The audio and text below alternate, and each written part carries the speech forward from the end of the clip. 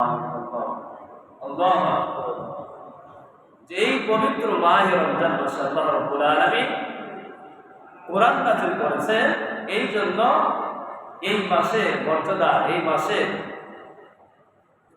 এত মর্যাদা আল্লাহ রাব্বুল আলামিন বাড়িয়ে দিয়েছেন। তাহলে এই মাসের মর্যাদা কি কারণে বাড়িয়েছেন?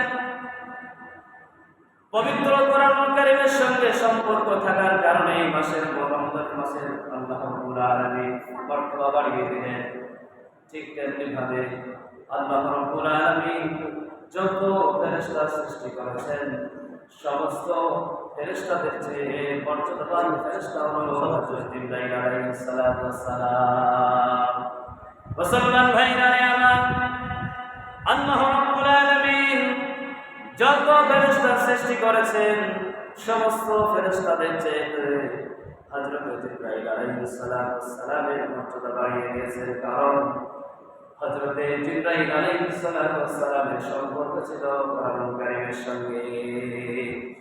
হযরত জিবরাইল আলাইহিস সালাতু ওয়াস সালাম আল্লাহ রাব্বুল আলামিনের পক্ষ থেকে তিনি নবী করিম সাল্লাল্লাহু আলাইহি ওয়াসাল্লামের প্রতি ওহী নাযিল করতেন। তাহলে জিবরাইল আলাইহিস সালাতু ওয়াস সালামের সম্পর্ক কার সঙ্গে? কথা বলেন, কার সঙ্গে? পবিত্র কোরআনুল কারীমের সঙ্গে। পবিত্র কোরআনুল কারীমের সঙ্গে সম্পর্ক হওয়ার কারণে যত ফেরেশতা রয়েছেন, সমস্ত ফেরেশতাদের চেয়ে মর্যাদা হচ্ছে হযরত জিবরাইল আলাইহিস সালাতু ওয়াস সালামের। মুসলমান ভাইরা আমার, আল্লাহ রাব্বুল আলামিন এই পৃথিবীর মধ্যে তিনি অনেক নবী রাসূল পয়গম্বর সৃষ্টি করে পাঠিয়েছেন। সমস্ত নবী রাসূল পয়গম্বরদের চেয়ে কোন নবীর মর্যাদা বেশি? কথা বলেন, কোন নবীর মর্যাদা বেশি? আখির জামানার পয়গম্বর নবী মুহাম্মদুর রাসূলুল্লাহ সাল্লাল্লাহু আলাইহি ওয়াসাল্লামের মর্যাদা বেশি। সুবহানাল্লাহ। কারণ হচ্ছে নবীর প্রতি পবিত্র কোরআনুল কারীম নাযিল করা হয়েছে।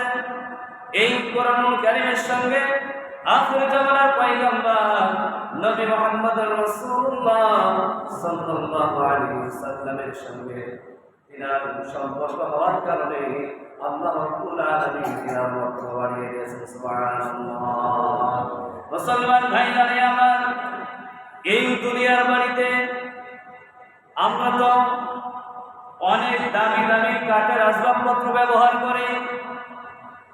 দুনিয়ার বাড়িতে অনেক দামি দামি কাঠের আসবাবপত্র ব্যবহার করি। আপনি একটা সুকেশ বানিয়েছেন খুব দামি কাঠ দিয়ে, ওই সুকেশে যদি ভুলেও লাথি লেগে যায়, আপনার কোনো বান্দা আছে যে ওই সুকেশকে সালাম করে? কেউ কি করে? চুমু খায়? কেউ চুমু খায় না, সালামও করে না। ভুলে লাথি লেগে গেছে, ইচ্ছাকৃতভাবে আপনি মারেন না। কিন্তু দুনিয়ার বাড়িতে সব চাইতে কম দামি একটি কাঠ, যেই কাঠ দ্বারা পবিত্র কোরআনুল কারীমের জন্য রেহান বানানো হয়, ওই রেহানে যদি ভুলেও লাথি লেগে যায়, আর পরে যদি জানতে পারি যে আমার লাথি লেগে গেল, আচ্ছা বলেন, আল্লাহর সব বান্দাই ওই কাঠকে বুকে জড়ায় ধরে কি করে না? সালাম করে কি করে না? চুমু খায় কি খায় না?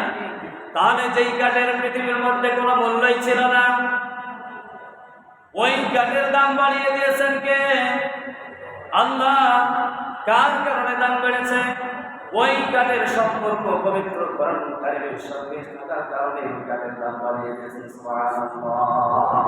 ওই এক টুকরা কাঠ, তার সম্পর্ক পবিত্র কোরআনুল কারীমের সঙ্গে হওয়ার কারণে তারও দাম আল্লাহ রাব্বুল আলামিন বাড়িয়ে দিয়েছেন। সুবহানাল্লাহ।